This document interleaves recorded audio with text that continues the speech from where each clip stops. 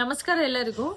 ಇವತ್ತಿನ ವಿಡಿಯೋದಲ್ಲಿ ನಾನು ಯಾವ ಫುಡ್ಡನ್ನ ತಿಂದರೆ ಅಥವಾ ಯಾವ್ಯಾವ ರೀತಿ ತೂಕನ ಕಡಿಮೆ ಮಾಡ್ಕೋಬೋದು, ವೆಯ್ಟ್ ಲಾಸ್ ಮಾಡ್ಬೋದು ಅಂತ ನಾನು ಈ ವಿಡಿಯೋದಲ್ಲಿ ನಿಮಗೆ ತಿಳಿಸ್ಕೊಡ್ತೀನಿ. ಫಸ್ಟ್ ತಿಳ್ಕೊಳ್ಳಿ, ವೆಯ್ಟ್ ಲಾಸ್ ಮಾಡಬೇಕು ಅಂದರೆ ನೀವು ಫಸ್ಟ್ ಫ್ಯಾಟನ್ನು ಕರಗಿಸ್ಬೇಕು. ಫ್ಯಾಟನ್ನು ಕರಗಿಸೋದ್ರಿಂದ ನಿಮ್ಮ ವೆಯ್ಟ್ ಕಡಿಮೆ ಆಗುತ್ತೆ. ಫಸ್ಟ್ ಫ್ಯಾಟನ್ನ ಕರಗಿಸ್ಬೇಕು ನಿಮ್ಮ ಬಾಡಿಲಿ ಅಂದರೆ ಏನೇನು ಮಾಡಬೇಕು ಅಂತ.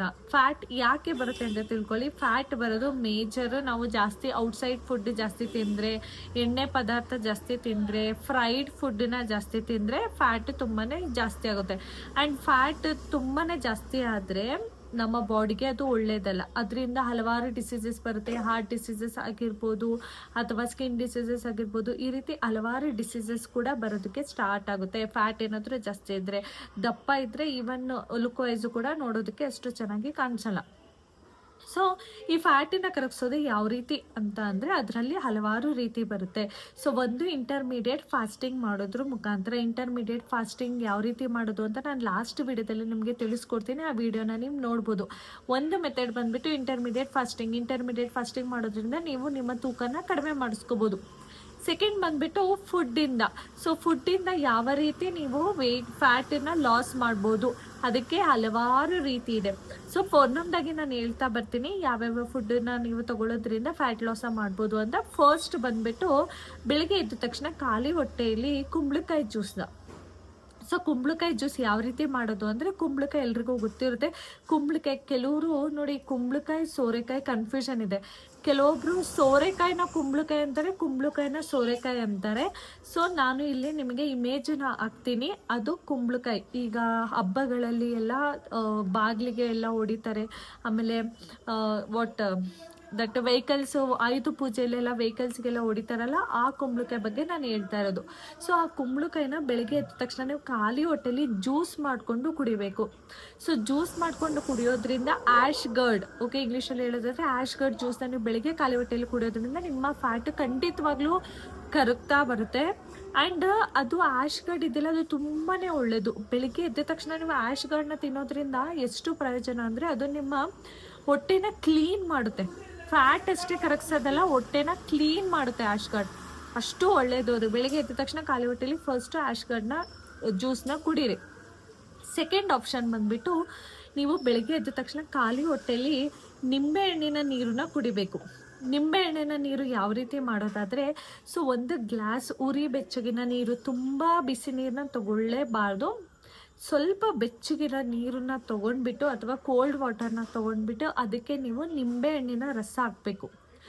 ನಿಂಬೆಹಣ್ಣಿನ ರಸ ಹಾಕ್ಬಿಟ್ಟು ಅದಕ್ಕೆ ಬೇರೆ ಏನು ಹನಿ ಆಗಿರ್ಬೋದು, ಬೇರೆ ಏನು ಹಾಕ್ಬೇಡಿ, ಜಸ್ಟ್ ನೀರು ಅದ್ರ ಜೊತೆ ನಿಂಬೆಹಣ್ಣು, ಆ ರಸನ ಬೆಳಿಗ್ಗೆ ಎದ್ದ ತಕ್ಷಣ ಖಾಲಿ ಹೊಟ್ಟೆಯಲ್ಲಿ ಕುಡಿದು, ಆ್ಯಶ್ ಗರ್ಡ್ ಜ್ಯೂಸ್ ಆಗಿರ್ಬೋದು ಅಥವಾ ನೀವು ನಿಂಬೆಹಣ್ಣು ಆಗಿರ್ಬೋದು, ಯಾವುದನ್ನೇ ತಗೊಳ್ಳಿ, 1 ಅವರ್ ಬಿಫೋರ್, ನೀವು ತಿಂಡಿ ತಿನ್ನೋದಕ್ಕಿಂತ ಮುಂಚೆ 1 ಗಂಟೆ ಮುಂಚಿತವಾಗಿ ಇದನ್ನೆಲ್ಲ ತಿನ್ನಬೇಕು, ಕುಡಿಬೇಕು. ಸೆಕೆಂಡ್ ಬಂದುಬಿಟ್ಟು ನಿಂಬೆಹಣ್ಣಿನ ಜ್ಯೂಸ್ ಆಯಿತು. ಥರ್ಡ್ ಬಂದುಬಿಟ್ಟು ನೀವು ಶುಂಠಿ.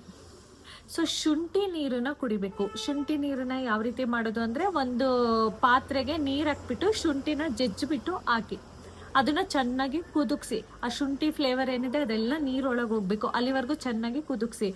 ಆ ನೀರನ್ನ ನೀವು ಊಟ ಆದಮೇಲೆ ಬೇಕಾದರೂ ತಗೋಬೋದು ಅಥವಾ ಊಟಕ್ಕೆ ಮುಂಚೆ ಬೇಕಾದರೂ ತಗೋಬೋದು, ಯಾವಾಗ ಬೇಕಾದರೂ ತಗೋಬೋದು. ಅಥವಾ ನೈಟ್ ಮಲಗೋದಕ್ಕೆ ಮುಂಚೆ ಬೇಕಿದ್ರೆ ಶುಂಠಿ ನೀರನ್ನ ಕುಡಿಬೋದು, ಅದು ಕೂಡ ಒಳ್ಳೆಯದು. ಫೋರ್ತ್ ಬಂದುಬಿಟ್ಟು ಜೀರಿಗೆ ನೀರು. ಜೀರಾ ವಾಟರ್ ಆಲ್ಸೋ, ಅದರಿಂದ ತುಂಬ ಡೈಜೆಷನ್ನು ಕೂಡ ತುಂಬ ಇಂಪ್ರೂವ್ ಆಗುತ್ತೆ ಆ್ಯಂಡ್ ನಿಮ್ಮ ಫ್ಯಾಟು ಕೂಡ ರಿಡ್ಯೂಸ್ ಆಗುತ್ತೆ. ಜೀರಿಗೆ ನೀರು ಯಾವ ರೀತಿ ಅಂದರೆ, ಒಂದು ಪಾತ್ರೆಗೆ ನೀರಿಗೆ ಜೀರಿಗೆನ ಕುಟ್ಬಿಟ್ಟು ಪುಡಿನ ಅದಕ್ಕೆ ಹಾಕ್ಬಿಟ್ಟು ಒಂದು ಸ್ವಲ್ಪ ಕುದಿಸ್ಬೇಕು, ಬಾಯ್ಲ್ ಮಾಡಬೇಕು.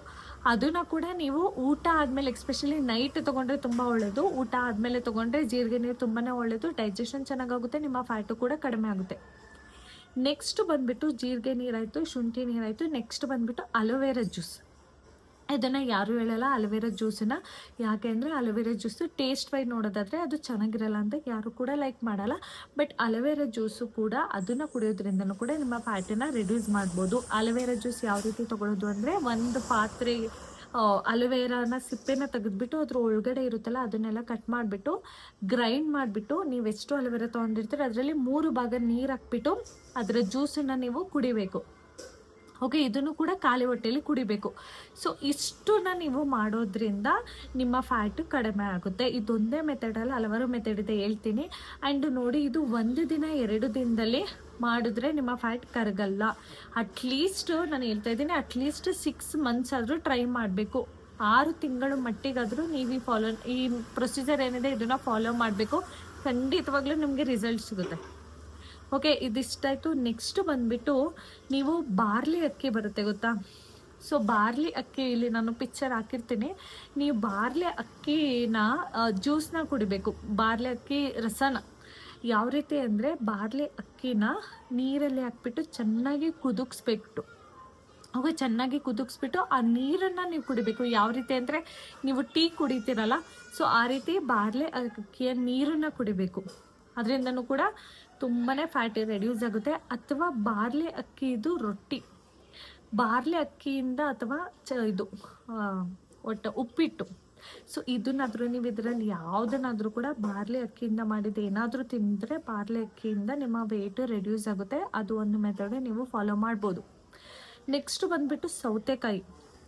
ಸೊ ಸೌತೆಕಾಯಿ ಕೂಡ ನೀವು ತಿನ್ನೋದ್ರಿಂದ ನಿಮ್ಮ ತೂಕ ಕಡಿಮೆ ಆಗುತ್ತೆ. ಸೌತೆಕಾಯಿ ಯಾವ ರೀತಿ ತೊಗೋಬೇಕು ಅಂದರೆ, ಬೆಳಿಗ್ಗೆ ಎದ್ದ ತಕ್ಷಣ ಖಾಲಿ ಹೊಟ್ಟೆಗೆ ಸೌತೆಕಾಯಿ ಜ್ಯೂಸ್, ಸೊ ಅದನ್ನು ತೊಗೊಳ್ಳೋದ್ರಿಂದನೂ ಕೂಡ ನಿಮ್ಮ ತೂಕ ಕಡಿಮೆ ಆಗುತ್ತೆ, ಸೌತೆಕಾಯಿ ಜ್ಯೂಸ್ನ.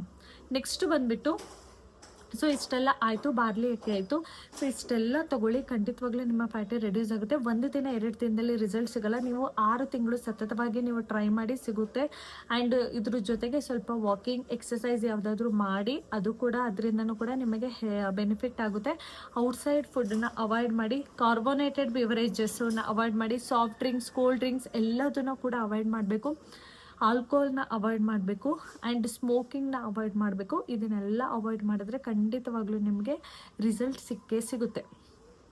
ಸೊ ಇದಿಷ್ಟನ್ನು ಫಾಲೋ ಮಾಡಿ, ಜೊತೆಗೆ ನಿಮ್ಮ ಹೆಲ್ತ್ ಚೆನ್ನಾಗಿರೋದಕ್ಕೋಸ್ಕರ ಕೆಲವೊಂದಿಷ್ಟು ಹಣ್ಣುಗಳನ್ನು ಕೂಡ ತಿನ್ನಿ. ಆ್ಯಂಡ್ ಇಂಟರ್ಮೀಡಿಯೇಟ್ ಫಾಸ್ಟಿಂಗ್ ಮಾಡೋದ್ರಿಂದನೂ ಕೂಡ ನಿಮ್ಮ ತೂಕ ಕಡಿಮೆ ಆಗೇ ಆಗುತ್ತೆ.